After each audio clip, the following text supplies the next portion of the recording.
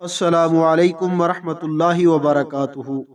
امید کرتا ہوں آپ سب بخیریت ہوں گے۔ چلتے ہیں آج کے عنوان کی طرف۔ آج کی ویڈیو کا عنوان ہے فاسق کی خبر پر اعتماد مت کرو۔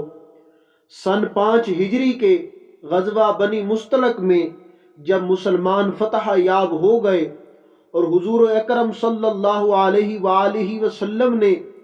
اس قبیلہ کے سردار کی بیٹی حضرت جویریہ رضی اللہ تعالی عنہا سے نکاح فرما لیا تو صحابہ کرام رضی اللہ تعالی عنہم نے تمام اسیران جنگ کو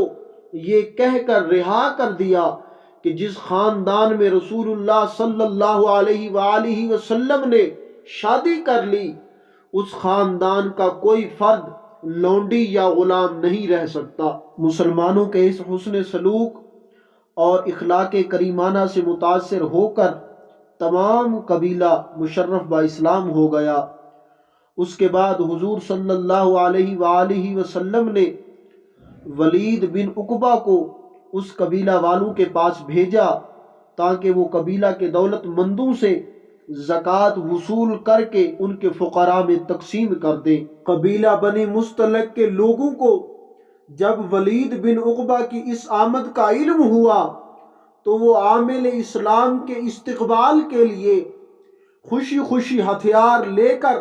بستی سے باہر میدان میں نکلے۔ زمانہ جہالت میں اس قبیلہ اور ولید بن عقبہ میں کچھ ناچاکی رہ چکی تھی، اس لیے پرانی عداوت کی بنا پر استقبال کے اس اہتمام کو ولید بن عقبہ نے دوسری نظر سے دیکھا اور سمجھا اور قبیلہ والوں سے اصل معاملہ دریافت کیے بغیر ہی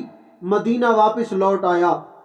اور دربار نبوت صلی اللہ علیہ وآلہ وسلم میں حاضر ہو کر عرض کیا کہ قبیلہ بنی مستلق کے لوگ تو مرتد ہو گئے اور انہوں نے زکوٰۃ دینے سے انکار کر دیا۔ اس خبر سے حضور صلی اللہ علیہ وآلہ وسلم رنجیدہ ہوئے اور مسلمان بے حد برافروختہ ہو گئے، بلکہ مقابلہ کے لیے جہاد کی تیاریاں ہونے لگیں۔ ادھر بنی مستلق کو ولید بن عقبہ کے اس عجیب طرز عمل سے بڑی حیرت ہوئی اور جب ان لوگوں کو معلوم ہوا کہ ولید بن عقبہ نے دربار نبوت میں غلط بیانی اور تہمت ترازی کر دی ہے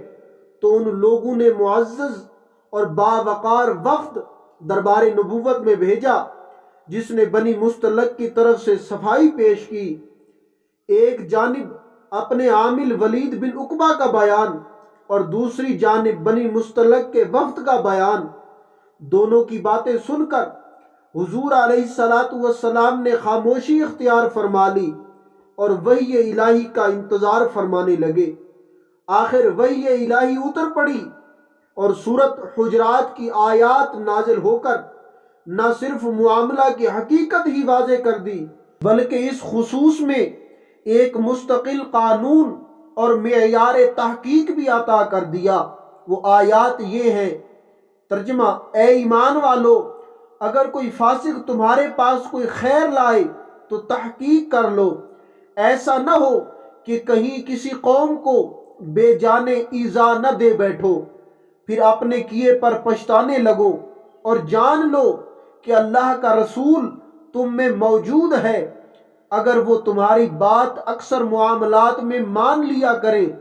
تو ضرور تم مشقت میں پڑ جاؤ گے، لیکن اللہ نے تمہیں ایمان کو پیارا کر دیا ہے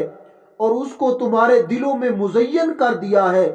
اور کفر و حکم اور نافرمانی کو تمہارے لیے ناگوار کر دیا ہے،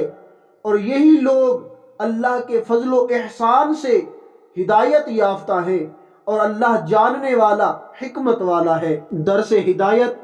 نمبر 1، خبروں کے بیان کرنے میں عام طور پر لوگوں کا یہی مزاج اور طریقہ بن چکا ہے کہ جو خبر بھی ان کے کانوں تک پہنچے اس کو بلا تکلف بیان کر دیا کرتے ہیں اور حقیقت حال کو تفتیش اور جستجو بالکل نہیں کرتے، خواہ اس خبر سے کسی بے گناہ پر افطرا کیا جاتا ہو یا کسی کو نقصان پہنچتا ہو۔ اسلام نے اس طریقہ کار کو